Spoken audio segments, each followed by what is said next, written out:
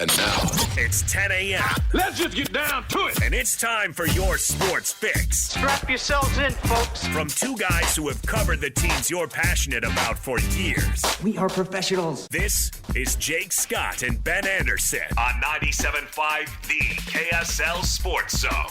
Jake and Ben, 97.5, the KSL Sports Zone. Jake Scott, Ben Anderson. Hope you're having a fine Wednesday. How are you doing over there, Ben? Always having a fine Wednesday. Is it not Wednesday? 'Tis. Oh, okay. I was worried I mixed that up for a second. Nope. It's kind of weird not having a game for Weeks, feels like. a long time. And there's no college football games to wait for. So, yeah, the schedule now officially gets very screwy for us. So, good times. Yeah. Yeah, we're going to dive right into to basketball season. We will obviously still today talk college football.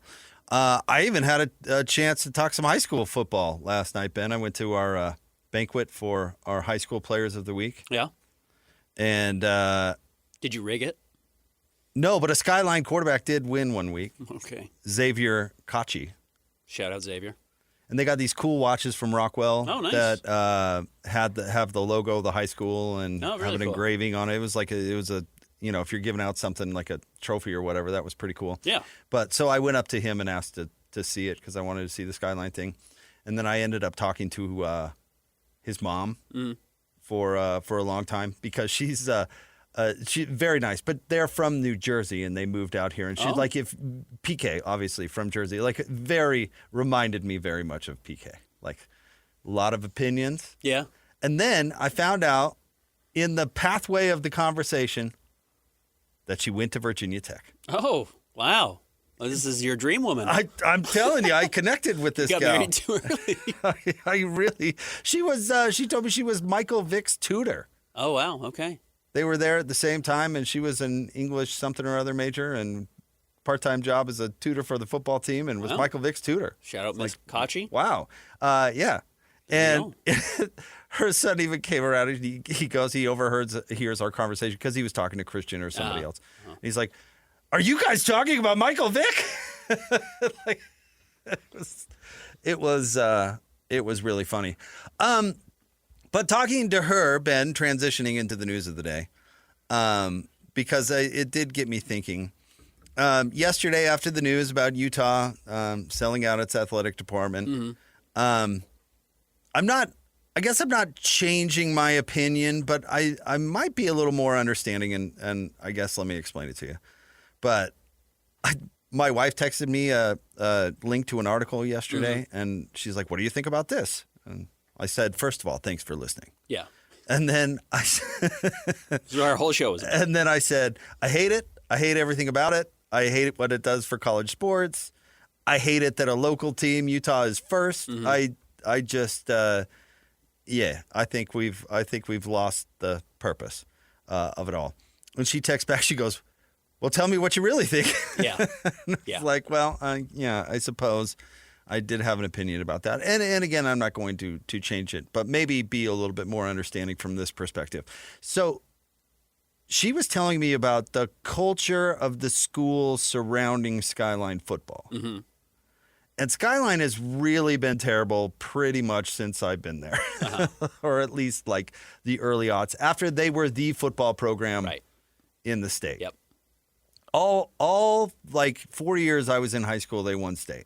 And so the culture surrounding the school, Ben, was football is the most important thing in the history of Skyline. I mean, it was, it was a priority. School was let out, like at 10 a.m. for a 4 p.m. state championship game. You know what I mean? Like it was a huge deal. Mm-hmm. And now, granted, she's just moving in, and her son is the star quarterback, and her other son is like the star fullback linebacker, and she's obviously biased in her perspective.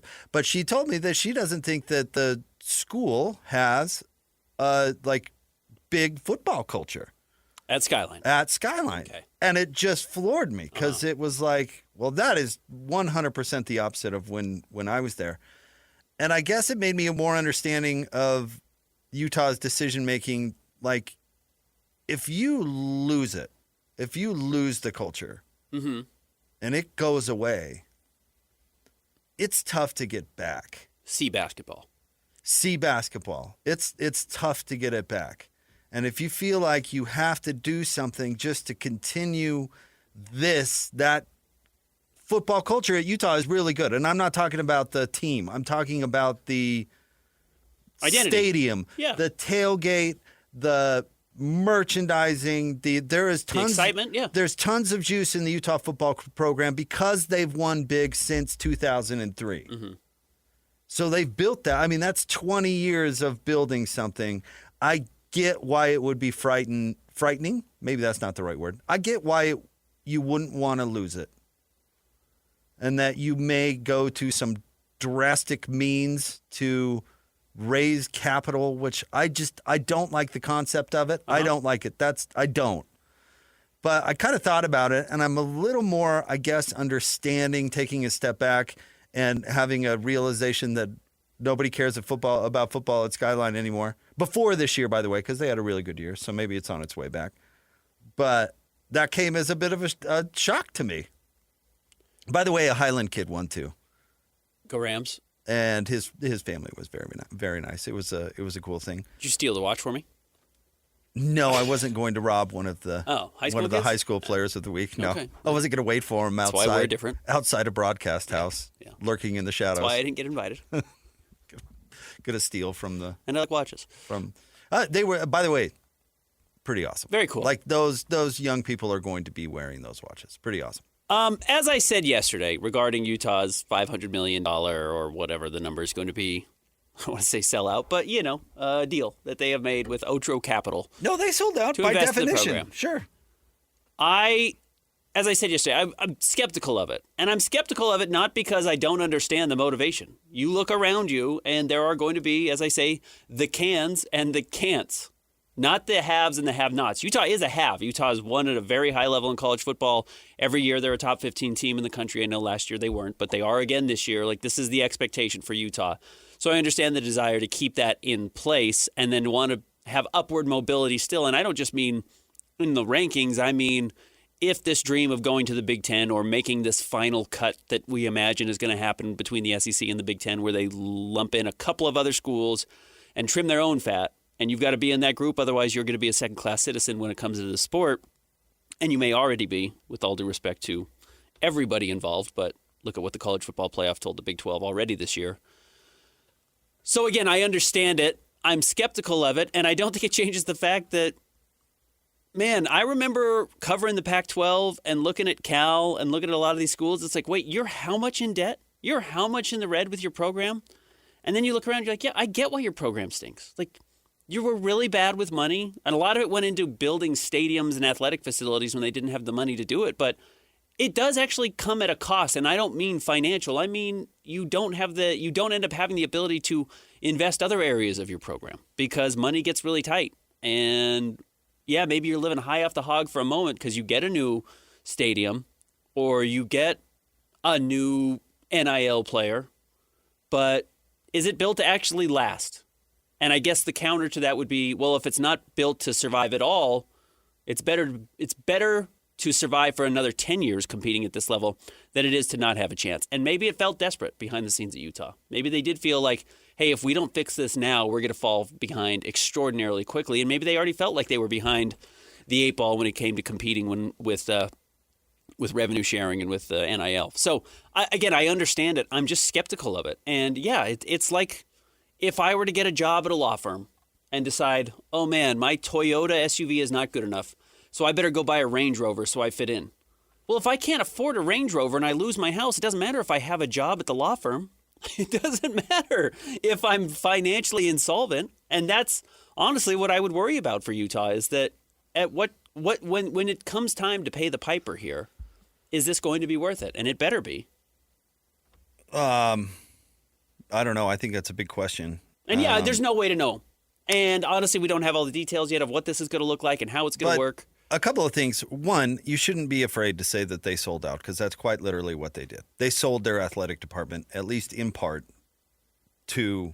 Yes, Otro Capital. Otro Capital. That is a fact. That's what we learned yesterday. So using that term is not offensive. In fact, it's accurate. Is it desperate? Very much. You think so?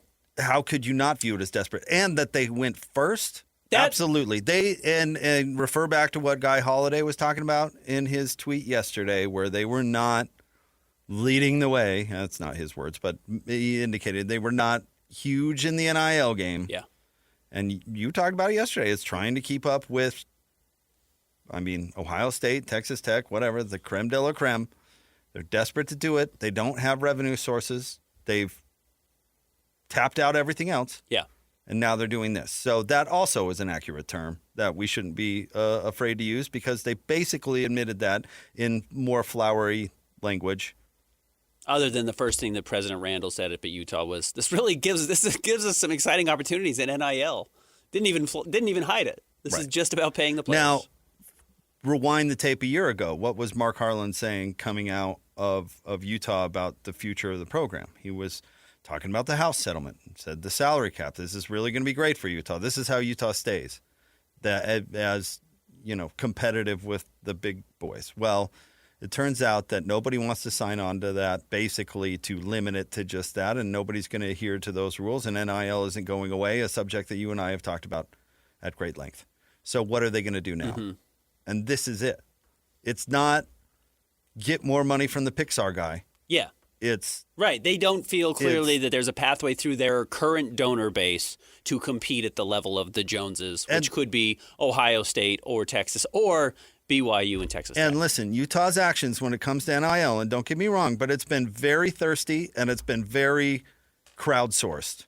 Mm-hmm. The Garfs, certainly deserve their due for spearheading the entire operation. I'm sure it cost them more than a couple of bucks. But for the most part, it's been that crowdsourcing and that sort of thing, and it's just not going to keep up. So, yeah, if they're going to keep up, if they're desperate to keep up, then that's exactly what that is. Now, I did actually had a friend call me to get my opinion on what happened yesterday. Again, I responded with thanks for listening. Did you see this? No, he's an important guy. Yeah. He's working. But Ben, I'm glad he called me, because he strikes me as a really typical passionate Utah football fan. Uh-huh. He's got tailgate pass. He's a football season ticket holder, but not in a suite, just normal every day. Makes a decent living, but it's not like he's a zillionaire. Mm-hmm. Like pretty normal, I think, like zone listener, passionate Utah fan. Yeah. And he was disheartened because he feels like it's a little bit going to the professional side is taking a little fun out of it. Uh-huh. But his main fear was that everything was going to be priced through the roof. And he's the type of guy that bought a red couch. Uh-huh. You know what I mean? Yeah. He's a diehard. He's got a Utah Mickey blanket. He's worried. He's worried that all that stuff is going to go through the roof, and they're going to get no reprieve on tickets or donation, Crimson Club or any of that sort of stuff. And maybe that comes to fruition, and maybe it doesn't. But I thought it was interesting to talk to somebody who's pretty dialed into the world about what they're worried about, and that's the big thing. They're going to get priced out of it. Yeah. Because it's for profit now, and there's somebody else that needs to get paid. So where's that dough going to come from? Yeah, you've essentially added a middleman, and that middleman is a group of probably smart investors that knows how to make money back and is well-versed in the world of sports and knows where to get their money. And they didn't invest to lose a bunch of money. This isn't a donor. The funny thing about boosters is inherently you lose money. You're designed to lose money. You give $1 million to BYU for Keanu Tanavasa to transfer or any name. Yeah, you're flushing it down the toilet. You don't get that back. Yeah, right. You don't get any money back from that. You lose your money. No ROI, as they say. So, yeah, other than maybe some smiles. You get to hang out with the players. Yeah, whatever it is. So, and then, by the way, that could have been any player at any school. Utah does the same thing. We get it. So, that's not the case anymore. So, yeah, they're going to find ways to get that money back. And it's going to come through concessions and, yes, merchandising and trademarks and merchandising, season tickets, et cetera, et cetera. So, yeah, I do think that aspect of it is going to get worse. You've introduced a middleman into the whole process. The problem with the sweet corporate culture that sports is evolving into is you do price people out of it. Mm-hmm. It happens in every market. It's happening in every market where you absolutely price people out of it. And in the case of pro sports, the secondary market doesn't help any either. Right. Because teams would rather be putting that money in their pocket as opposed to Ben Anderson, ticket broker, putting money in his pocket, right? And so it's kind of a feed the beast kind of thing. But it brings me back to what college sports is supposed to be about. Back to my buddy. An alumni that lives a normal life should be able to afford to attend his school's football games. Right. That should be a priority for universities. That's why amateurism was a thing. That's why is because it was about something else. It was about something for the school, the alumni to provide and provide back.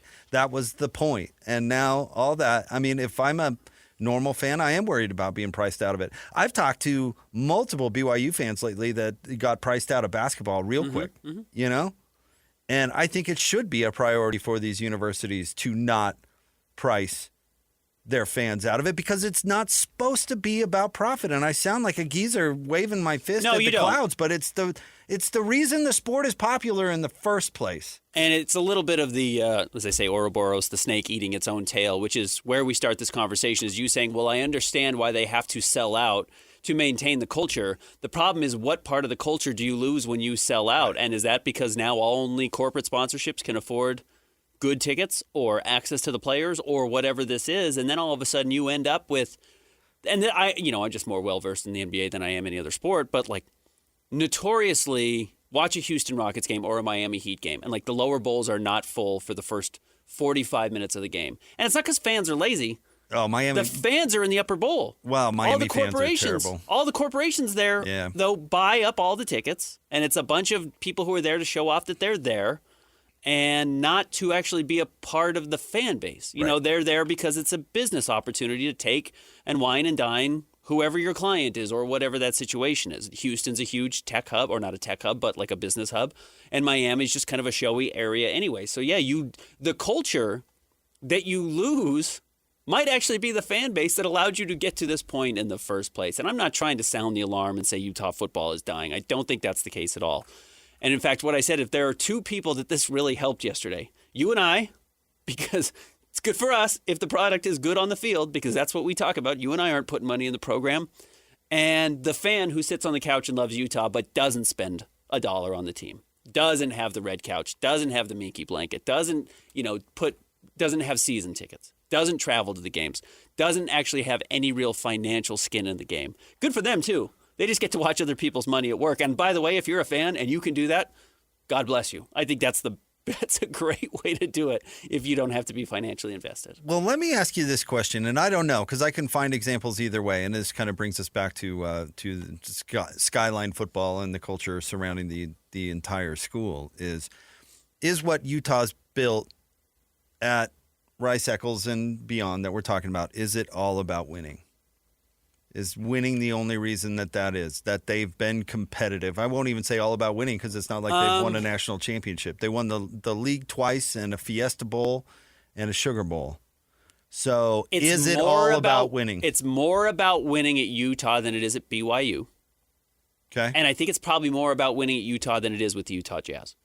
That arena is full for the Jazz, and this team has stunk for years. I thought about that. Well, this team has been really bad for years. It's been a bad product for several years. And unless you're a diehard who likes the building process of the young players and seeing Cody Williams and Taylor Hendricks and now, Ace Bailey and Walt Clayton, which maybe are a brighter upside, I don't think it actually has that much to do with winning. People love the Utah Jazz. And again, I'm curious because people have abandoned Utah basketball in droves. And maybe, this might be a bigger conversation because the winning leads to the loyalty and the culture and stuff. They're not unrelated, right? Yeah, of course.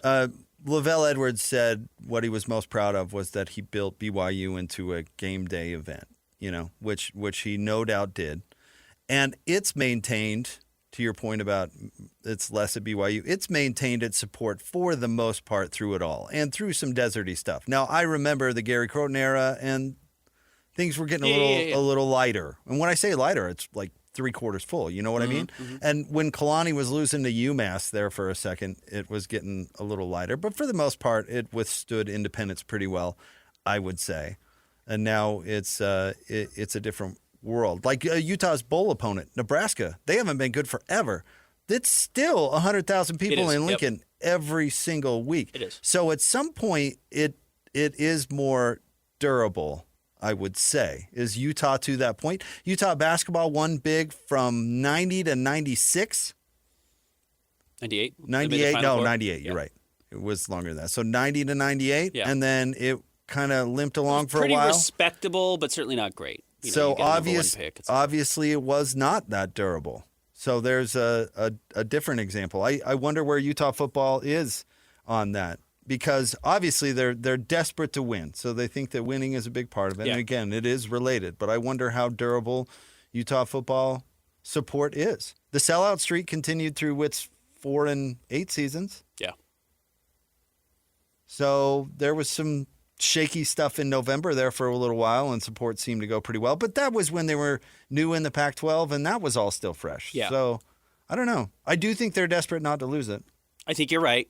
I think they probably have 3 losing seasons in them before I think fans would really start to bail. Honestly, I think you could get a new coaching hire. If you were to, if Witt were to retire, you bring somebody in, they don't do a good job, you would give the next guy an opportunity. And if that were to fall apart, I think you would start getting fans checking out. But you know what? The nice thing they have, the same way the Jazz have this huge dedicated fan base right now, is people our age. I'm almost 40. You're in your mid-40s. Grew up, if you were in Utah, seeing a great Jazz product your entire childhood, and that just endears you to a team forever. And now you are going to get a next generation of people who either went to the University of Utah or grew up watching it, and it was a really good product from 2004 to 2025. Like, you do build up a lot of equity with the fan base that will be a lifelong fan base for your football team. And football's easy to follow because they only play 6 games at home, and it only takes up a few months of the season. So I do think it has the ability to withstand, but I do think winning has to be a part of it. I think you're right. So it's interesting that Skyline has fallen apart that way. I wonder how durable Utah football has become. I wonder, because that is a long time. Mm-hmm. Like, I'll give you a Virginia Tech example, since I was talking to his mother, a Hokie grad. It's been really durable since Beamer. Like, it's been really bad there. 2 bad coaches. I mean, so we're going on a decade of Sucktown. But fans are still going. And Lane Stadium's still full. Yeah. So UVA was even good this year, and they can't fill their stadium. I know. Well, I guess what would have been 20 Hokie fans that needed tickets at the last minute to the Virginia Tech UVA game at Scott Stadium. No problem. There's still the advantage. There's not a lot competing with it. That's a great thing here in Utah versus on Miami and some of these other areas we talk about. There's not a lot competing with Utah football if you are in the Salt Lake Valley on Saturdays in the winter. I just wonder how desperate they should be. I wonder how durable Utah football's fan culture, support, all that stuff really is. I'm one other area, and I know we're over, so I don't want to talk too much about this. I am curious how many schools will follow. Tons. And then the question I have that I'm a little worried about is this the ACC TV deal where, you struck first, but did you leave a lot on the table that, just by being first, maybe you didn't see all the, ups and downs or the pitfalls? Yes. Yes, there are pitfalls that you're going to find yourself in that other schools will weasel their way out of that is more financially beneficial. Lair Bear Scott signed the first TV deal in 2010, and then every league followed suit. Mm-hmm. Guess who got paid less than everybody else? Right, yeah. So that setting the market sometimes isn't the thing you want to do. No, and that's what I'm curious. Was Utah smart to get as much as they could before all these schools, before the market of buyers dries up? Because all the schools want to sell. So does it become a seller's market or a buyer's market, and how does that affect Utah getting this, proposed $500 million? Do you think the University of Utah Athletic Department is more valuable than Nebraska? Probably not. No, is the answer. Yeah, because you've got this 100,000 fan base every season, or and every week. And they became a nationwide fan base in the 90s, and there's still stuff that hangs on to that. So they're going to negotiate more than whatever Utah got. Yeah, a handful of Big 12 schools should be able to. Every SEC school should be able to. Every Big 10 school will be able to. Several ACC schools. If you don't need to, you won't. I mean, that's what the Big 10, USC, and Michigan thing was all about. The Big Ten wanted to do this as a league, and those two schools said no, because why would they? Well, do you think don't they need said to. no because they can do it themselves and get a much bigger piece of the pie if they do it themselves? But you're right, they don't need to. Why even introduce the Why middleman? would you do it? Yeah. Why would you sell your yes, program to that's a good somebody point. when you don't need to? Yeah. If you're Michigan, why would you do that? Yeah. Speaking of packing a 100,000-seat stadium every week. Yeah. Christian, was that your voice I just heard? All right, top Do you not 3 have a stories voice? of the day. Oh, okay. I thought you lost your voice. I know you've been sick the last few days. You were extremely raspy. I Okay. don't know. Christian can't talk at all. Top 3 stories coming up next, 97.5, the KSL Sports Zone.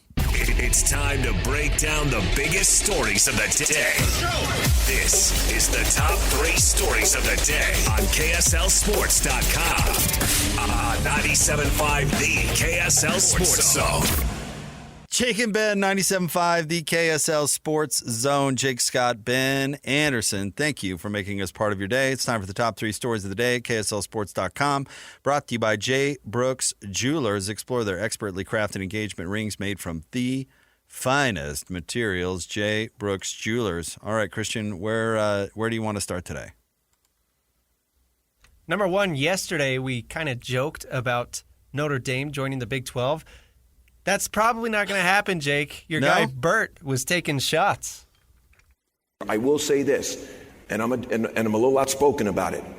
I don't like how Notre Dame's reacted to it. So, Okay, said, I think Pete's his behavior has been egregious. It's been egregious going after Jim Phillips when they saved Notre Dame during COVID.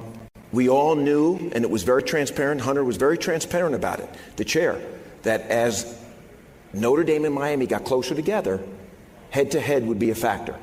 Okay? BYU lost. They became closer together, head-to-head, and made a difference in that decision. So I think he is totally out of bounds in his approach, and if he was in the room, I'd tell him the same thing. Yeah, obviously he's not afraid to go after Notre Dame there. And when he says, the ACC saved them, it's because during COVID they allowed Notre Dame to play a 9-game season, all against ACC opponents, which was good for the ACC as well. But, he essentially said that he doesn't like the way that Pete Bavacqua is treating the commissioner at the ACC after feeling like they got left out. All right. Now, I realized that Bert made his bones by throwing grenades and really masterfully outmaneuvering the Pac-12. Mm-hmm. He did. Yeah, he deserves credit for that. He killed the Pac-12. He did. He killed it. And he did it with a massive PR campaign that really worked out. I remember Mark Harlan calling, who was it, Dennis Dodd, fake news or something like that. He did. Like that? So I want to give him the benefit of the doubt, especially when it comes to public relations. Why has his fire, when he's actually gotten off his duff to do it, why has it been so stop complaining about, start defending BYU. Stop complaining about Notre Dame. He just conceded that BYU should have been out because they lost. He should be clamoring. He should say, hey, you didn't punish Alabama. Why are you punishing BYU? He should be clowning Alabama, or he should be clowning Alabama. Okay, BYU lost.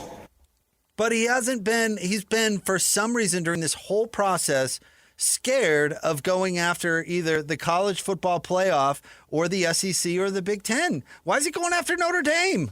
Just because if any reason he's going after Notre Dame, he should say, they're being boobs. Buck up, Buttercup. We get screwed all the time. Take it like an adult. Yeah, I don't. But I don't get it at all. He shouldn't even care about Notre Dame. He should be complaining about the whole process and that the rules were different for one team than another. That's what he should be doing. He should be advocating for the Cougs, not doing whatever that was about Notre Dame. Yeah, I'm not sure I understand making an enemy out of Notre Dame either. Not because you want to invite them to the Big 12, but because their gripe is the same one you should be having. You should be having the same complaint. Yeah, you should be like, yeah, Notre Dame's a good example, and BYU is too, that we feel like we got left out. We've gotten screwed 2 years in a row. Yeah, that we have really good teams, and these are teams that should be in. And last year, the same rule that you're using against Notre Dame, you used it the opposite way against us. Well, as we have clowns. said, and I've been a supporter of Brett, not Brett Yormark, because I think he's done a good job, including killing the Pac-12, which I wish the Pac-12 still existed. Don't get me wrong, though I like BYU and Utah being in the same conference. I didn't think he did a good job this year. I don't think he did a good job selling his teams. I actually don't think why didn't we get in? I don't think that works either. I just think you've got to go out there and champion your teams. I have hated the crybaby stuff that we've seen from BYU's social media pages, from Bert. I don't like the way we've seen that approached versus just going out there and standing on what you've done, because what you've done should be good enough to get you in. BYU only lost one game, 5 team in this gauntlet of a conference that we have. It's basically the NFC East. Right. And somehow BYU made it through with just one loss and then played an amazing team in our championship game. Why you is can do two things. You can say, hey, Texas Tech is the best team in the country, and I can't wait to put them up against the best team from every other conference because we think Texas Tech is the best team, and they're going to beat Ohio State, and they're going to beat all these teams. Say it. Who cares? And the only team BYU lost to was that team. That team, right. That way you prop up Texas Tech as being the best team in the country, and your second best team is they only lost to them. That's it. That's all you have to say. And I'm with you. He's getting this weird. Did you hear him though? Battle with an independent team that it doesn't make any sense to me. Did you hear him concede that where he's like BYU lost, so all of a sudden Notre Dame and Miami are the discussion? No. Okay, BYU lost. No. Yeah. What are you doing? What are you doing? You just said, it was the right thing to do to leave BYU out. What are you doing? Have you heard, while we're talking about the college football playoff, that now the big push, including from some names in the media, is we need to get rid of the college football playoff show, not the rankings. We need to get rid of the show on Tuesday night because the show is what ruins it. That doesn't change anything. In fact, the show conceivably, though as we've said, it's made up, offers some sense of transparency of what you're doing. If you're going to allow the college football playoff committee to totally disappear and not have to answer for anything, I think this is only going to get more egregious. But you're seeing people like Kirk Herbstreit now saying, I think the show makes it worse. The show makes it harder. I think they just want to say, okay, do whatever you want to do, but just do it behind closed doors this time. So this is just, I don't think we're on the verge of this improving. I think we're on the verge of this continuing to get worse. Yeah. The whole sport. It's not just it's the whole sport. But I don't know what Bert's doing. I don't get it. I'm with you. I don't get the strategy. All right, what's next? Number 2, Utah Mammoth back in action. They are hosting the defending Stanley Cup champions, the Florida Panthers. We had Cole on yesterday, Cole Bagley, our Mammoth insider. I did think he said something interesting, which is, as much as we've talked about how Bill Armstrong, the general manager for the Mammoth, likes these big bodies, right now the roster is basically built up of small, skilled guys. You know, Cooley, who's out, is a small, skilled guy. Keller is a small, skilled guy. Gunther is bigger, but he's not a huge guy. And the Panthers come in with all these huge bullies. And while they're certainly skilled, they're NHL players after all, it is a physically dominant style of play that the Mammoth don't currently have. And while they've gone out and drafted Maverick Lamoureux and Daniil Boot and Simashev and some of these bigger players, Cole Baudouin, who they drafted a couple of years ago now, is one of these big guys as well. I'll be curious if you can win with the smaller skilled players. The Calgary or the Oilers are small and extraordinarily skilled, have 2 of the probably 5 best players in the NHL on it. And while they made the Stanley Cup Finals, which is nothing to shake a stick at, aren't able to beat these bigger teams. Why did the Panthers kind of suck this year? I think everyone stinks a little bit early in the season. I'm not sure they're like major front runners all season long. They've only got 30 points, though. What are they at? What's their record? They're third from the bottom in the Eastern Conference. 14, 12, and 2. Okay, which is right about where the Mammoth are as well. It's almost exactly what the Mammoth's record is. Yeah, they have 30. They have 31 points. The Mammoth have 31. Mm-hmm. Okay, 14, 14, and 3. I honestly don't know. Slow start. We've seen a lot of bad teams, though. Like the Oilers were not off to a very hot start. The Jets weren't off to a terrifically hot start. So I do think maybe it's a little more bunched up early. What's next? How about that comeback last night, huh? The Great Cougar Comeback of 2025. No, you have to say the Great Cougar Comeback again, because that's all this team does. The Great Cougar Comeback again. Another Great Cougar Comeback. That's all they do is make these just crazy, wild comebacks at the end after just dreadful first halves. I mean, I don't know, Ben, are they playing with their food? Is it? I think a little bit. Yeah, I think they're slow to get off the mat. It's amazing. Look, being able to do this is a good thing. I'm not trying to say that that's not accurate. Like, not hanging your head, not allowing a 20-point lead or a 9-point. What was it, 21 last night or 23? 22? I think it was. Was that it? Whatever it was. Yeah. Not allowing these deficits to bury you. It was 21 at half. Okay, is a good thing. I think it got up to 22 in the second half, but neither here nor there. Not giving up when you're down this big is a good thing, and ideally can develop some muscle. And Clemson's a fine team. It's not the They're best an of the ACC Big team. 12, but it's a fine team. Yeah, it's a competitive team. They did the same thing with UConn. They ended up only losing by 2. It's their only loss of the season. You just got to be careful doing this, though, because eventually you are going to run into teams that don't give up these leads once they build them. Houston's not going to give up this lead. Iowa State's not going to give up this lead. Arizona's not going to give up this lead. And other good Big 12 schools probably will not give up this type of lead. So, yes, it's amazing they can do it. It's awesome that A.J. DeBonsa is so talented that he can have 22 points in the second half after a bit of a slow start himself. Kebaketa is incredible. He's just a really valuable player to have. It's nice that you can win without Richie Saunders playing great. Was he 2 of 11 last night? Yeah. Did not shoot well at all. Not his night. So if you can do that, that's excellent. And then the fact that I think Rob Wright's probably been better than I had expected. Yeah, he's really good. Shooting the heck out of the ball, which was his big issue with Baylor. He really loved to dribble and he really loved to shoot, and he wasn't great at shooting. He's done a much better job of that. So his growth has been really important. Well, a game-winning 3 is pretty good. Hitting a buzzer beater at MSG, right? Yeah. to win it is pretty awesome. So that's great. They are, 9-1 now on the season? Yeah, I just wonder if it's a sign they're vulnerable because they're not going to be able to get away with that stuff. I mean, they're playing good teams, so maybe they will, but I would imagine on a night in and night out basis in the Big 12, you're not going to get away with giving up big leads and then reeling them back in the second half. So totally agree. I don't know if that's a sign of weakness or a sign of... Again, it's better to be able to come back than not. Sure. But you would rather not have to come back. Yeah, right. You don't want to be down 20 twice already in the No. year with the top 10 team in the country. You want to outscore them 45-21 in the first half. Yeah. Yep. And put them away And because put they them will away. quit. Yeah, right. BYU's next 4 games are nothing, kind of wrapping up the end of the December schedule. And then you start getting into Big 12 play, which will get very interesting. But, bowl season now when we're talking about BYU athletics. All right, stay tuned. We'll have more coming up next. Jake and Ben, 97.5, the KSL Sports Zone. The sports you love, the teams you can't live without. Get a sense of urgency! This is Jake Scott and Ben Anderson on 97.5, the KSL Sports Zone.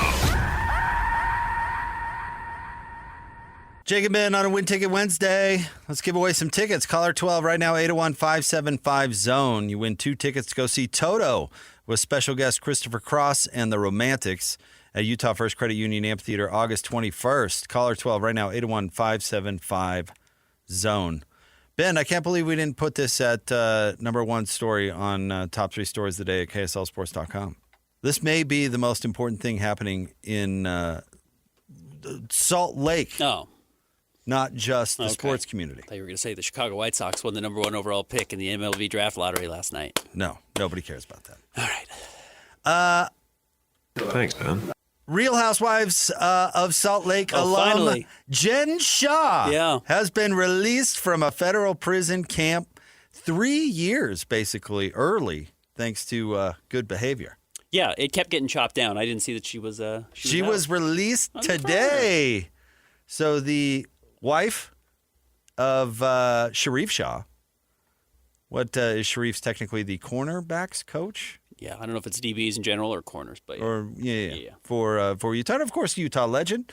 His wife became a reality TV star, ended up going to prison for 3 years for fraud, and now is released. Per NBC News, since we're an affiliate, Jen Shaw was released from the federal prison on Wednesday, more than 4 years early from her 6.5-year sentence. Federal Bureau of Prison spokesperson confirmed. Shaw's been moved from a federal prison camp, a minimum security federal prison camp in Texas, to community confinement overseen by the Bureau of Prisons. So she's still behind bars? Well, it sounds like she's been released in like a halfway house or whatever. Yeah. Community. A minimum security federal prison in Texas to a community confinement overseen by the Bureau of Prisons. That's being free. That's just your... Yeah, sure. So Jen's out. I might have to start watching that show again. If she's going to come back? Oh, she was the best part. You think they're going to allow her back on? I mean, I know the Real Housewives are going to want her more than anybody, right? This is a star now. There's some, with all due respect, infamy in this person, which really is what sells. You know what is a wild thing? And I think says a lot about Coach Witt and his influence and how much, I guess, respect people have for him, I suppose. You could look at it this way. How on earth has he kept a lid on all of this? He hasn't been asked about this once. A member of his staff was on a reality television show with his wife because Sharif was on that show. First of all, I can't believe Witt would even I mean, I guess you can't Greenlight tell it? somebody not to do something, but I can't believe. But you can fire people. You can fire coaches for whatever reason you want. I can't believe that has been a thing.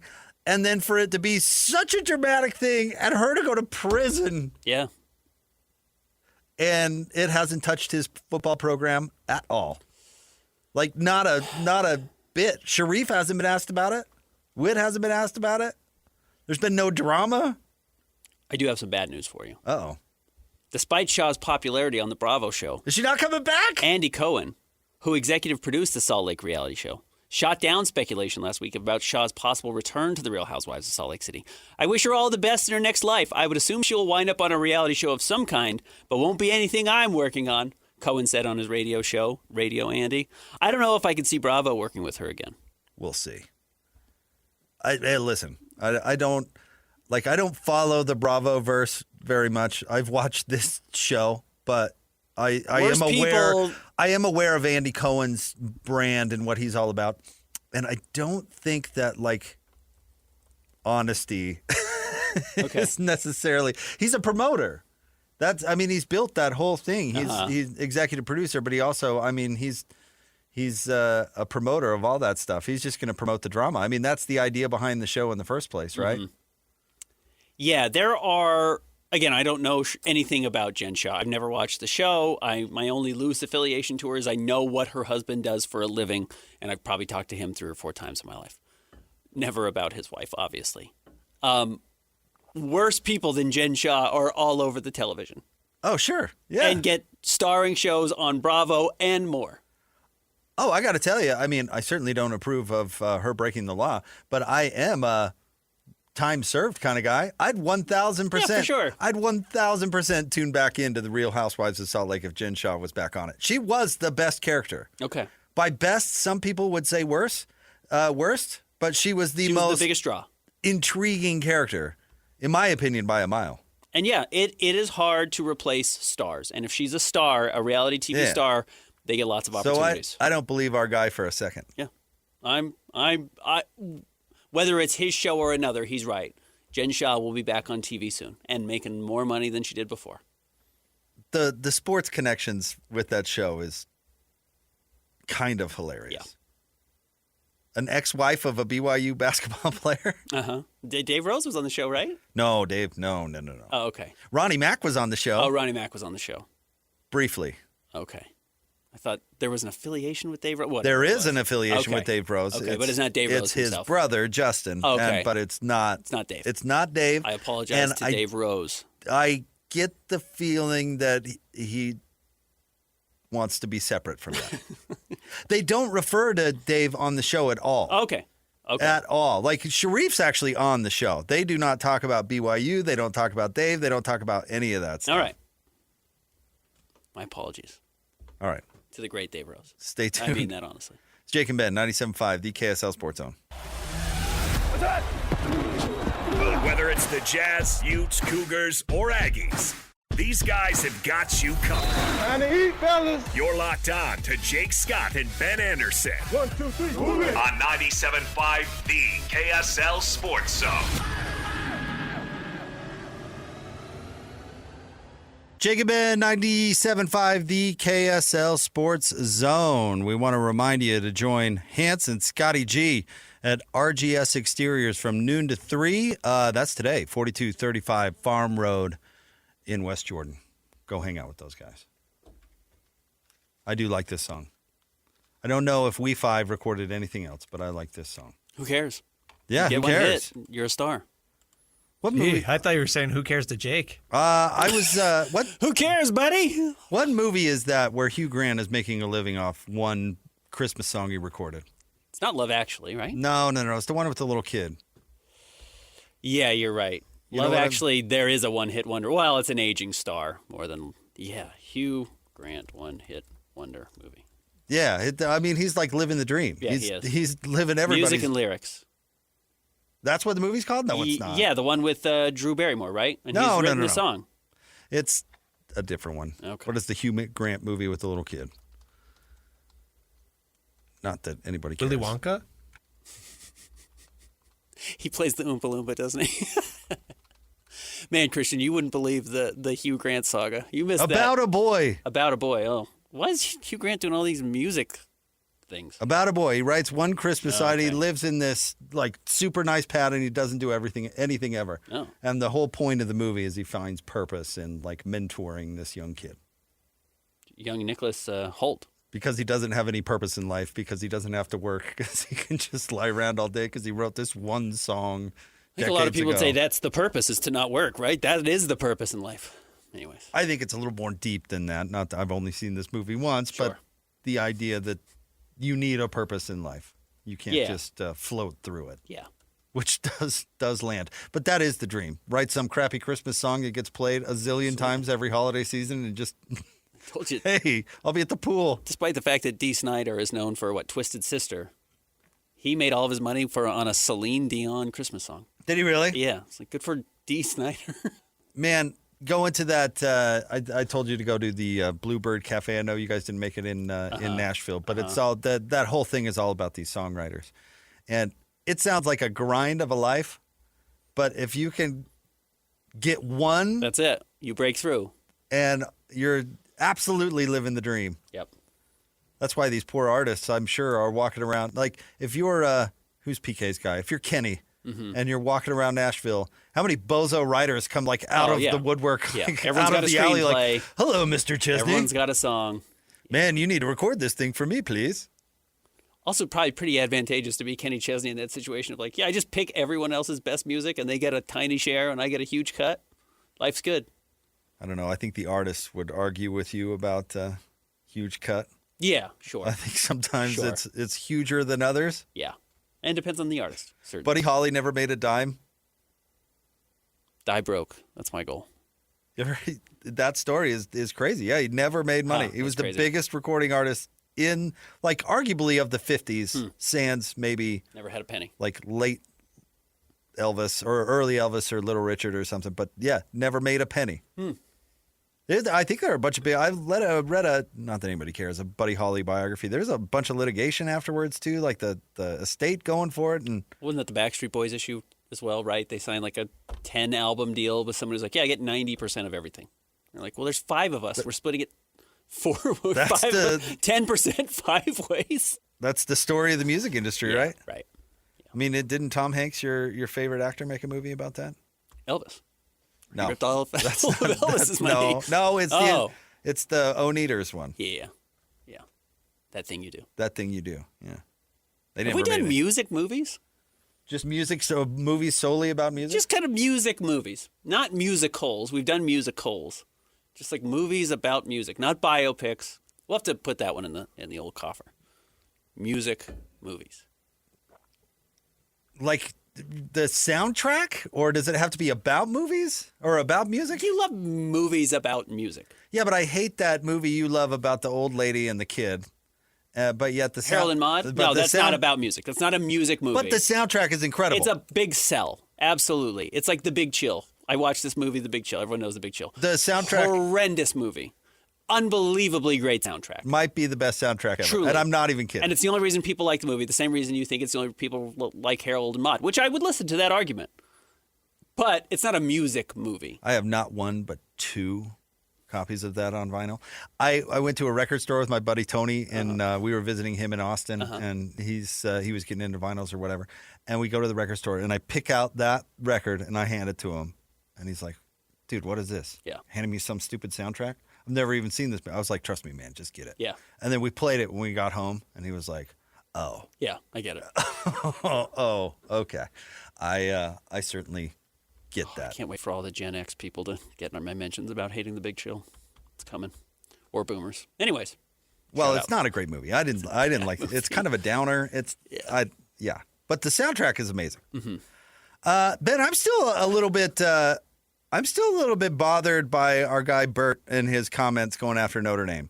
One thing about Notre Dame getting snubbed, it has sucked the air out of the rest of the room. And it should, let's replay it because I think it matters. Brett Yormark made public comments going after Notre Dame, and here's what he had to say. I will say this, and I'm a little outspoken about it. I don't like how Notre Dame's reacted to it. So Okay, Pete I think Pavakla said, I think Pete's his behavior has been egregious. It's been egregious going after Jim Phillips when they saved Notre Dame during COVID. We all knew, and it was very transparent. Hunter was very transparent about it. The chair, that as Notre Dame and Miami got closer together, head-to-head would be a factor. Okay? BYU lost. They became closer together, head-to-head, and made a difference in that decision. So I think he is totally out of bounds in his approach, and if he was in the room, I'd tell him the same thing.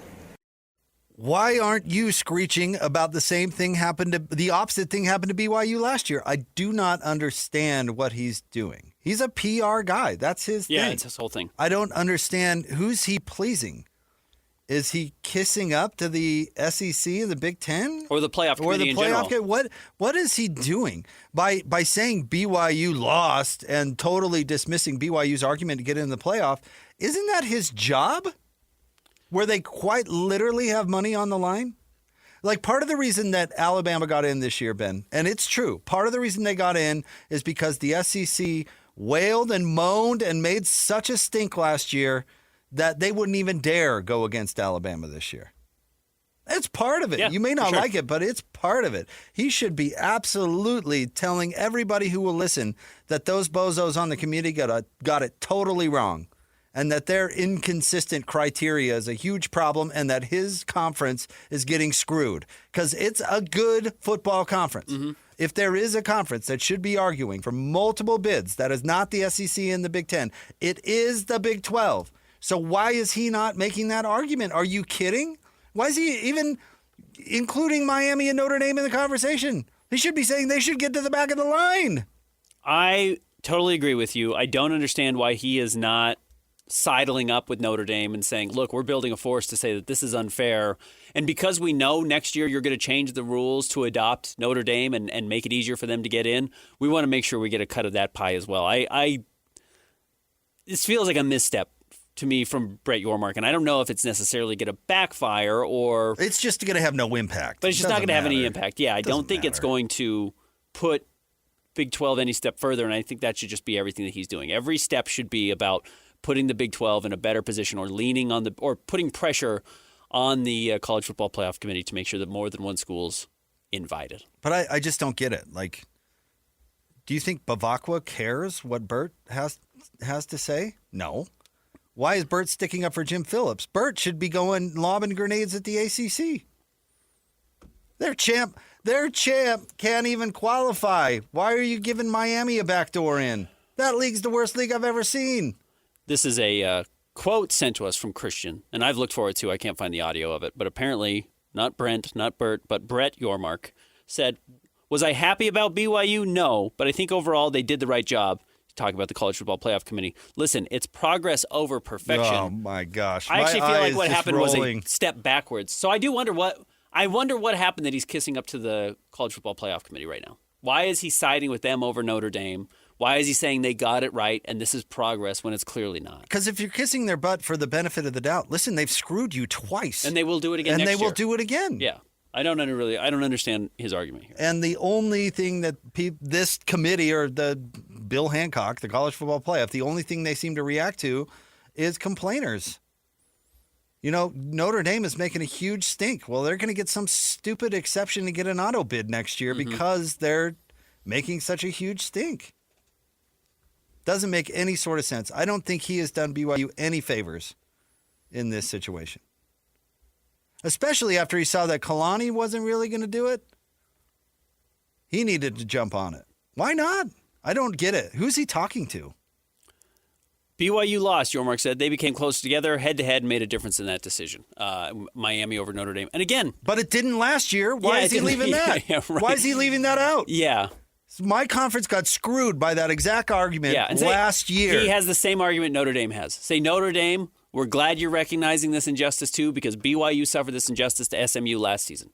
Except for they beat SMU. Yeah, no, right, exactly. Yeah, exactly right. Notre Dame lost to Miami. Sure, that's an even better point. They beat SMU. Say yes. If head-to-head matters And it did this year. Why didn't it last year? And yes, well, Notre Dame, I think, has a just argument having won 10 straights and 10 straight Notre games. Dame does not. They should But be left out. It should matter. Head-to-head should matter. I totally agree with you, but he can say they should be in over Alabama then at that point. Or why on earth would he concede that either Miami or Notre Dame should get in? Miami didn't have an auto bid. Right. And didn't have a better resume than BYU? No. No, I'm with you. Why would you ever concede that? No, he is siding with the College Football Playoff Committee, and I'm, other than kissing up, hoping that they'll pat you on the back next year for kissing up to him, kissing the ring, I'm not really sure I understand what this decision is. Which is it's a weird misstep. He's generally been pretty good at this. Jim Phillips played Notre Dame, Miami on repeat for 48 hours. You don't think he was advocating for his league? Yeah. It's a crime that the ACC was included in this. I know people are bent about Tulane and Jimmy Madison. They shouldn't be bent about Tulane and Jimmy Madison. There should be an inclusion of the lesser conferences. There should be. Uh-huh. And if the ACC can't sack up and have a champion that is worth a dang, that's the problem. Yeah. The problem isn't the Sun Belt and what's the other one? American? Yeah. That's not the problem. The problem is the ACC.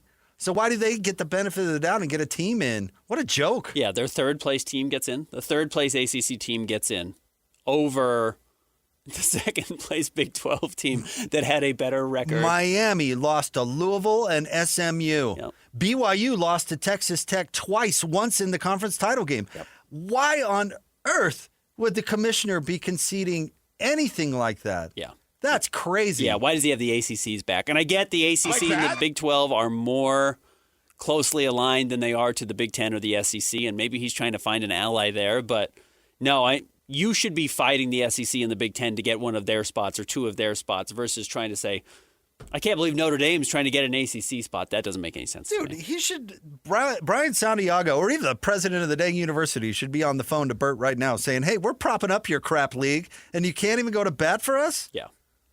We're at the top of your league in both sports. And you can't say, oh, I think this BYU team's pretty good.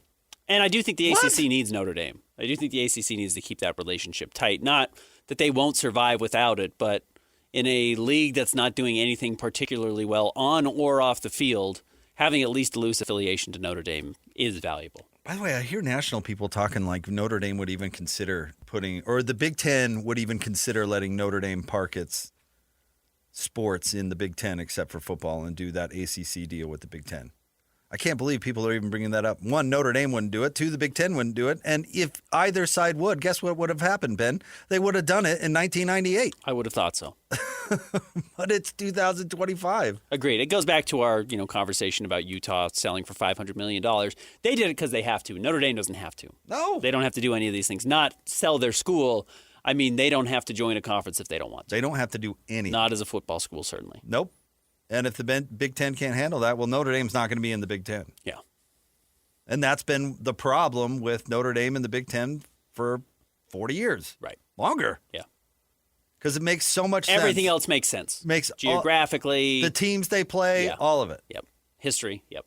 But this is I'm holier than you. I'm using that term loosely. Yeah. We're the bigger brand. We're the bigger whatever. So deal with it. There's part of that with Notre Dame. Obviously, that's look at their behavior. More than part of it. It's all of it. Look at their behavior now. Yep. I hate the college football playoff. This is so stupid.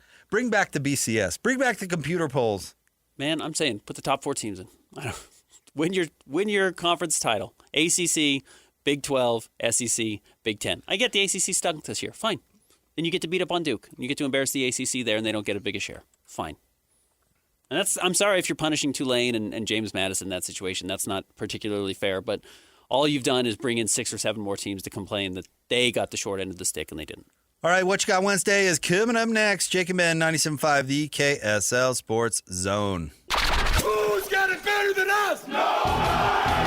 Your home for the best sports coverage in Utah. You're listening to Jake Scott and Ben Anderson on 97.5, the KSL Sports Zone. What you got Wednesday? What's the deal? Jake's got rules, Ben's out to steal. Bo's so takes their spinning around. Flush it down, flush it down. Emo skater Ben with a devious grin. Jacob Ben, 97.5, the KSL Sports Zone. Join Hanson Scotty live coming up on Friday from noon to 3 at The Grill, 2264 South Main Street in Nephi, hanging out with the good folks at Bar W Beef. It is time for What You Got Wednesday. If you're new to the show, Ben and I go head-to-head every Wednesday with 2 5-selection drafts, one sports-related, one not, and then we put it out online for a vote. What happened last week, Christian? Last week, most desirable jobs in college football. Jake won 75-25. Boo! Most overrated actors. Jake won Boo! 58-42. Boo! Another sweep. Wow. So Ben gets the first pick in both drafts today. I have bad news. I think I lost my dry erase marker. Someone lost mine, it looks like. So, we're SOL. Well, mine was in my backpack. How did someone get in my backpack? All right. Neither here nor there. I guess there'll be no visual aspect of this. My marker attached to it. How can we lose that? That's the point. God, I hate our coworkers. All right. What's today's sports-related draft? Oh, man. Okay, so in honor of 2025 coming to an end, we're going to revisit the past quarter century and pick the best local athletes. Best local athletes Since 2000. Is there an obvious number one pick? Who do you think? I think there is. I'm going to go with the Mania himself, and I'm going with Jimmer. That's the answer. I do think if you had to characterize the biggest sports moments, which maybe we'll do that in a future draft, but the biggest player who was talked about, had the nation's attention, Jimmer and his run has to be number one. There's no other local player of the year in college sports, and there's nobody that would qualify as a cultural phenomenon. There's no other candidate. Agreed. So Jimmer is the answer. We have not seen anything like Jimmer in this market, and we haven't seen anything like it since. Yep. And I would include Danny Ainge in that because Danny didn't do it in the world of social media. Yeah, and no, it's totally different. Right. So Jimmer 100% is the answer. After that, Ben, I'm going to stay in college, and I'm going to go with the number one pick in the draft, and he was the start of it, Urban Meyer, all of that. We talked about Utah's 20-year run, 20-plus year run, but Alex Smith. Absolutely. I think that's the right number 2 overall pick, the other number 1 pick. Alex Smith was such a huge representation of a step forward for the Utah football program and was the face of it. And obviously there was a lot of great pieces on there, but he was the face of it. Rewarded with a great, draft pick overall. The only team that beat him was as a starter? Wasn't Texas Tech, was it? No. Who was it? New Mexico. New Mexico, that's right. At Rice-Eccles Stadium, At too. Rice-Eccles. When he took over after Brett Elliott started the season and got hurt in the first game. Okay. And then Alex started. And even when Brett got healthy, they stuck with Alex. Alex Smith. I'm going to go with, I feel like I should go football. I'm trying to not overthink this. I'm going to go Jazz. I'm going to go Donovan Mitchell. Donovan Mitchell was just a huge name. He was a fan favorite. Truly unique in the history of the Jazz as far as like the level of excitement I thought he brought as a player. Pretty beloved for a while there, even though not a great ending. I wanted to go football, but I think it's got to be Donovan. Yeah, okay. Man, I'm thinking which direction to go here. I mean, he was the number one pick in the NBA draft. I'm going to go with Andrew Bogut. I think that's totally fair. He had a Sweet 16 run at Utah. I mean, it was kind of the last gasp of life for a while in the Utah basketball program. And to have the number one pick in the same year for both football and basketball is certainly something. Never happened before? Nope. Or since. And was a very good NBA player. Made an all-NBA team, never made an all-star team, made an all-defensive team, won a championship. He didn't end up being Chris Paul. He didn't end up being Darren Williams. Was probably better than Marvin Williams, the number 2 pick that year. And was a really good player. Andrew Bogut's a good pick. I'm going to go with, I'll go Utah football, and I think I have to take Eric Weddle. I think just, not maybe the biggest name during his college tenure, though certainly very good. Turned into a great NFL player. He's become a fan favorite locally. I think this list has to include Weddle. Interestingly enough, he was on the Fiesta Bowl team, but not the star. Mm-hmm. And then he graduated before the Sugar Bowl, if memory serves, right? I think you're right. So he didn't actually represent the best of Utah football. he had his glory years when Utah wasn't exactly good because they were good, not great. Yeah. They were, 500 or a little bit above the first 2 years of Witt's tenure, and then in 2007 took a step, and then 2008. But for some reason, he's synonymous with it. A little bit the same way Keith Van Horn is synonymous with the Utes making the Final Four, and he was not on that team. He was not. Yeah. No. So, yeah, kind of interesting that way. All right, Benjamin. Man. I'm debating. Well, I can tell you what I'm debating later. I'm going to take Max Hall. Okay. Wow, Max Hall. Huh. Okay. He won more games than any other BYU quarterback of the era. I mean, you can say Zach Wilson was the second pick, but he didn't really earn that at BYU. He had the COVID year where he looked okay, but really he did it with a throw on a video. I don't. For what they did, like Max Hall's years at BYU were super exciting. They won 10 games.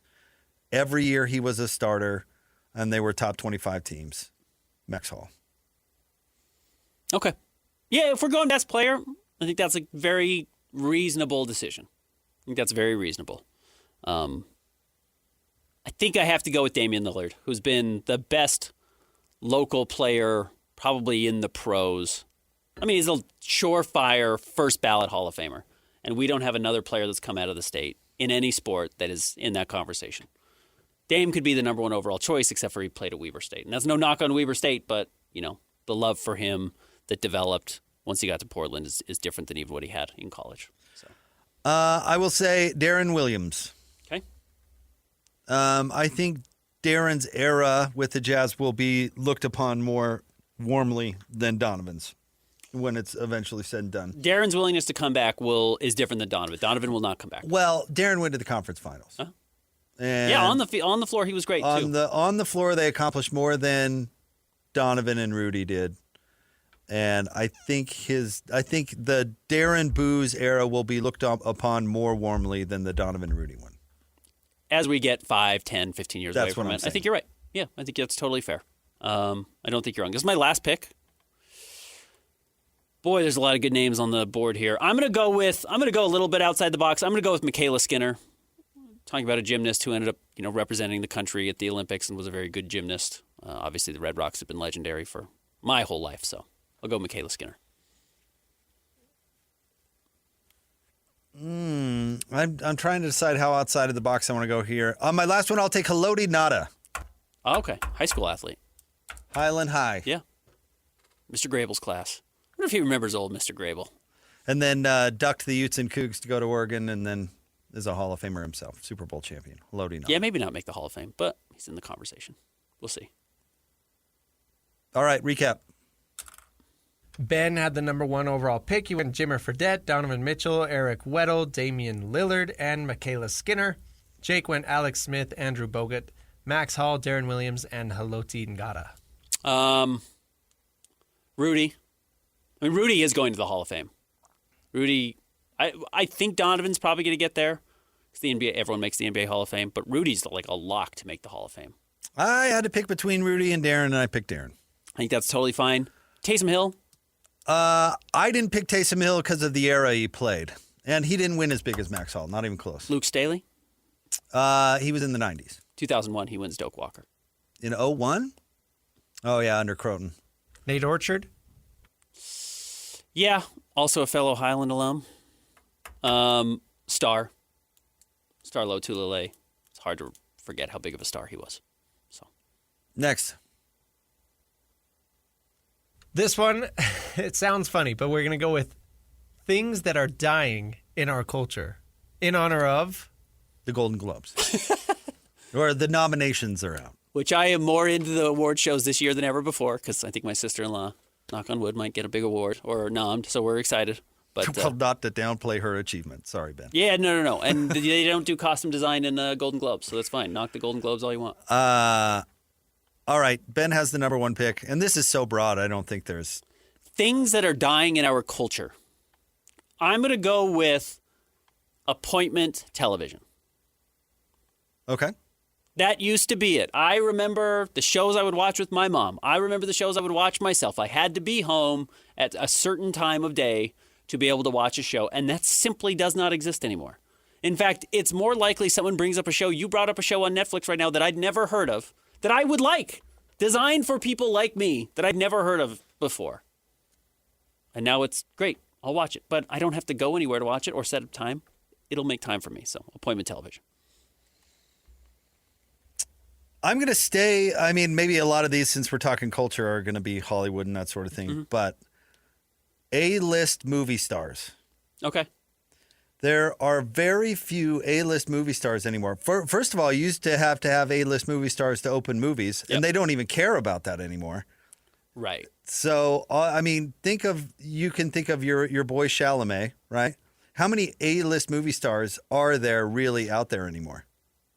I don't know if there are any millennial A-list movie stars. Like if you signed George Clooney in 2002 to open any movie. Right. You make your money back.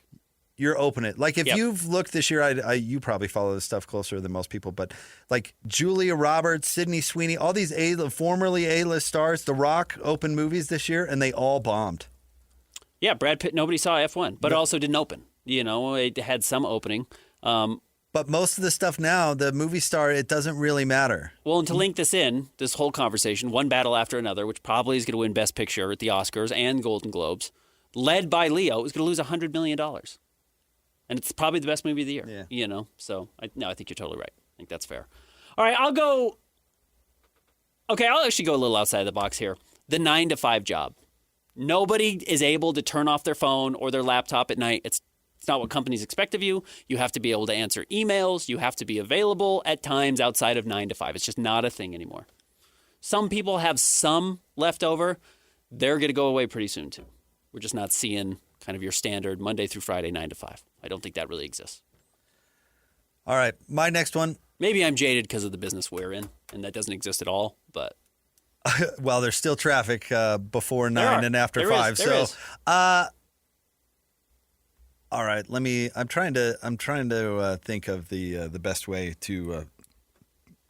How about this? Well, Ben, help me on this. Christian, help me. Remember at the end of cereal commercials back in the day, it said part of a well-balanced breakfast diet. Or something like that. Yeah. The 4 food groups and all that is totally fading. People don't even eat carbs anymore. I know people whose kids haven't tasted sugar like before their 5th birthday. You know, like. Well, they did figure out that the food pyramid was just absolutely wrong, right? Everything about the food pyramid was wrong. Everything they taught us about food and a well-balanced diet as a kid is basically faded from the culture, right? You're right. I think maybe it's almost hard to describe it. Putting a well-balanced diet makes it sound healthy, and that's not what I'm trying to say. No, it was like there was a general cultural diet. Yeah. We had a cultural diet as a community. Now, I actually think a lot of it is because we have had had such a huge influx of foreign food and really good foreign food that has made it into every culture, and it's easier to make at home, and you can watch YouTube videos or TikTok, and everyone can become a really good cook. It's not that hard anymore. But you're right, kind of the standards People are gone. don't eat bread anymore. You're right. I mean, yeah. No, I'm with you. I've cut way down on bread and all the things. Do you I used remember to eat. when eggs were good for you and then bad for you and then good for you, bad for you? And cholesterol. Where are we now? Yeah. I don't know. Yeah. We even went back and forth on cholesterol. It might There's be good cholesterol. like the consensus American diet. I think that, and I hate to it's almost too wordy to get you votes, but I think it's a very good answer. Yeah. So, what do you think? Consensus American diet, or you can say well-balanced diet. Standard American diet? Well-balanced diet. Yeah, I think the well-balanced diet. I think it's a good pick. I might have picked it 5th. It's not on my board. Well, this is a really random You're thing. right. It is. It's broad. I will go less broad, and I will go with something that it is truly weird when you see them, and that's the payphone. There are still payphones randomly. See, that might be gone. But Is that dying? like That might it's be on dead. its very, very last legs. Like, the ones that are there are dinosaurs. I think there's one by the old Sears that got torn down, and even it might be gone now. But, yeah, I don't know where the closest payphone is. My good buddy growing up, his dad owned a payphone company. Oh. How's he doing? Well, he's fine. They're fine. I mean, I'm sure he Got out of the business. Yeah. But it was cool because there was a code that you could punch into any payphone, and it would make a free call. Oh. Well, that 911. Yeah, that free call. Was convenient. All right, Ben, I'm trying to think where to go next. You know what? I'm going to go right on the nose of why we picked this and just say award shows. Okay. I think I don't know. You're still really into the Oscars. I remember I watched the Oscars with my mom it was to your appointment television. It was like a big deal. Our neighbors had an Oscar party every year. Yeah. Like you would tune in to see Jack sitting front row. I used to somewhat care about the Grammys. I don't care about VMAs were a big deal. Any of it anymore. Yeah. I'm with you. I'm going to go with.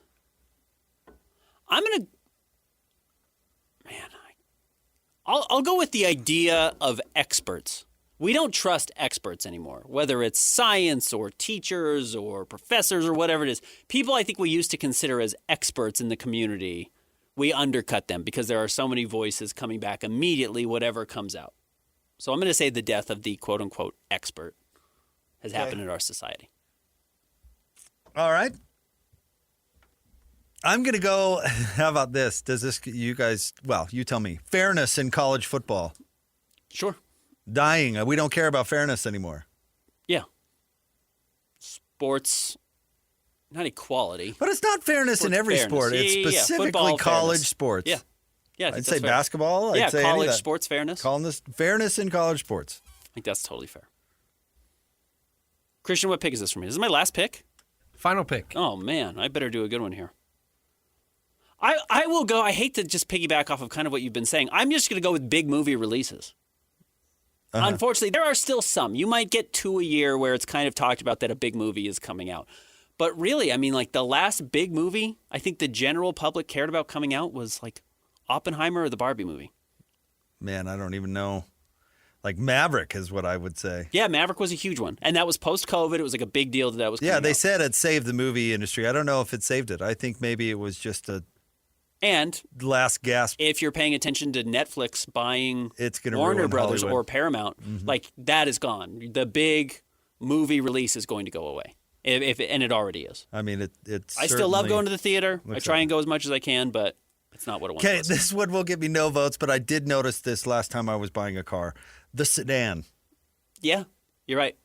Mid-size sedan. Sedans in general. Yeah, Nobody it's makes gone. sedans anymore. You're It's right. all SUVs or minivans or like little hatchbacks or the crossover, whatever those things are. The sedan is on its way out. You remember when the Lincoln Town Car was like the status symbol of, my uncle was a salesman, and I remember every time he was like, you fly in somewhere, you got to make a sale, you rent a Lincoln Town Car. Wow. Showing off. Nobody cares about sedans anymore. Nobody even wants them. I like my sedan. No, I think my family was only in sedans growing up. That's why I still feel I've got a little SUV, and I feel like it's huge, but I pull up next to like a Subaru Legacy or Outback, and the Outback is twice the size of my car. Like, oh, yeah. And that used to be a smaller car. Recap. Ben, you had the number 1 overall pick. You went appointment television, the 9-to-5 job, the payphone, trusting of quote-unquote experts, and big movie releases. Jake went A-list movie stars, well-balanced diet, award shows, fairness in college sports, and sedans. Christian, what was on your mind? What were you thinking? A few of those, especially all the movie stuff, I mean, that's pretty relevant, right? Yeah. I think college to profession as a job is really hard anymore, making that leap.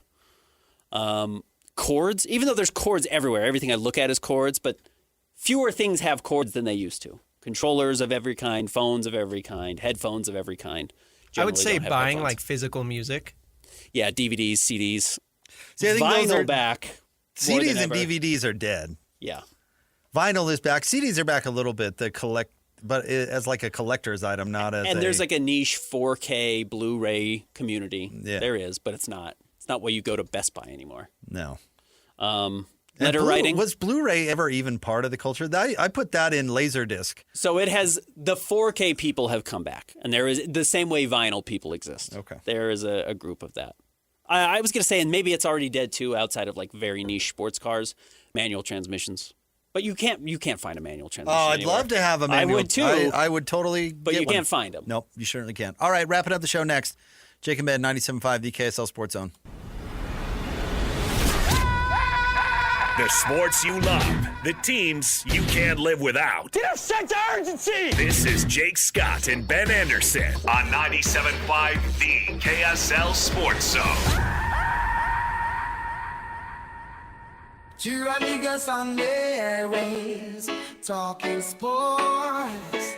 They got him made drinks and on soul. Loves his tie-dye, Ben's got style with his stars. Oh my.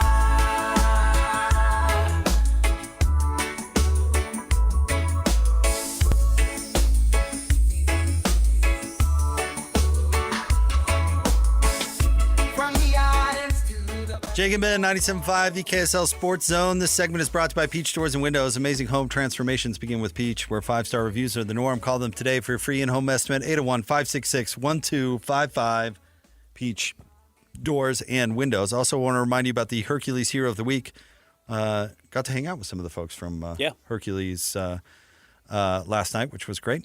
Nominate the youth sports volunteer you know for the Hercules Hero of the Week. Submit your nomination at kslsports.com/contests and listen every Thursday afternoon to JJ and Alex for the winner. Help us celebrate the efforts of those volunteers making an impact with the Hercules Hero of the Week, sponsored by Hercules First Federal Credit Union and Beehive Meals. Amateurism in general dying, even at the high school level. You are seeing high school kids starting to pick up sponsorships and NIL deals and, agreeing to shoe deals, et cetera, et cetera. So that's certainly something that is dying in the culture. No question about it. Referring to our What You Got Wednesday in the last segment. Where are you at on leaked recordings of people? Oh, I love it. Yeah. Are you good with it? Morally speaking, you're all right with it? No, and in fact, as somebody who does this quite often, I have to tell somebody. Like, I interviewed an artist. The jazz basketball thing was on display during the Cup games recently, and I called him and said, "Hey, just so you know, I have to let you know I'm recording this." And I talked to some people. Yeah, so I have to play above. What's the word I'm looking for? Above the. I don't even know what word I'm looking for. I have to make sure I'm not playing underhanded here, recording people's conversations. Well, Pat Kraft, the athletic director at Penn State, was talking to the football team. Uh-huh. And someone recorded it and then leaked it. Uh-huh. And then he had to apologize for it at the introductory press conference for Matt Campbell. Now, I'm not really comfortable with leaked recordings either. However, I do find this interesting because he spits some truth and puts a lot of other universities on blast. Okay. Which is kind of funny. Here's the quote from the recording. I'll just read it, and I'll have to censor some of it later on. He says, "I want you all to know this too. If I don't get this right," speaking of the coaching hire, "if I don't get this right, my career is over. Understand that. If I don't hire the right person, my career is over. So it's very serious to me. If I don't hire the right person in 2 years, they will fire my ass, and I don't get another AD job. How could you bleep up Penn State?" Yeah. And then he goes on to say, "Michigan bleeping stinks. Bleeping joke. Cheated their bleep off." Whoa. And then it says, "That's real, by the way, what they did." And he says, "Oregon? Bleep quarterback was shaking in overtime, but we have to win those bleeping games, and it comes with you guys and a plan and a strategy to go and bleeping beat Notre Dame and Marcus Freeman. Bleep them, and then go and beat Ohio State in the national championship game." In another part of the recording, he also called Oregon, or basically Eugene, quote, "a bunch of expletive weirdos." And then that was leaked, and he had to apologize. And Dan Lanning actually responded to it in kind of a funny way. Let me bring that up. Dan Lanning, the head coach of the Ducks. I just think you kind of have to assume that you're going to be recorded, especially if is more than one person there. Lanning said, "No response. Pat's trying to do the best job he can for Penn State. But I heard it. It was good." Unquote. I had the same somewhat dilemma, and I got asked about it in my mailbag, so I wrote about it, and it's up at KSLSports.com right now, of what should Jazz fans make of the Will Hardy viral video of him yelling at his team to bleeping play harder. And it wasn't just that. What was your response? The fact that he did it in public makes it fair game, right? And that actually, if you've been to a lot of games, it's not uncommon. In fact, as we said, Jerry Sloan could, lace it together with the best of them. So this is language that is, I guess, appropriate in that environment. It's not something I would ever say to you or anything like that, but it's not uncommon that happened there. But I also felt a little weird to be behind a bench recording it with a phone and tweeting it out. It did irk me for some reason, even though I think it's totally legitimate. Will Hardy's, it goes back to your New York Post. If you don't want it on page 6, don't do it. Like if Will Hardy doesn't want that to end up on video, he did it in front of 20,000 people. Yeah, that's totally on Will. So I have no problem with the kid actually recording it and posting it. But I do think you should have some context of that is how people talk, especially in this world. Well, that's not news to anybody. Apparently it was, because it goes viral, right? Like apparently it does something where it feels like a break in the pattern enough that people wanted to see it. Well, yeah, because it's watching a coach Mother Goose's team over and over again is salacious. That's why it went viral. Anybody surprised that a coach would be cursing at his team? I don't think. I would hope not. I don't think that's why it went viral. I would hope not. I mean, I think it went viral because it got caught on video. Okay, I think that's fair. From that close, and you could hear it that Everything well. so I don't clearly. think that's no different than most huddles in the NBA. I would agree, at least at some point during the season. With some coaches, I don't know why Jazz fans would even care.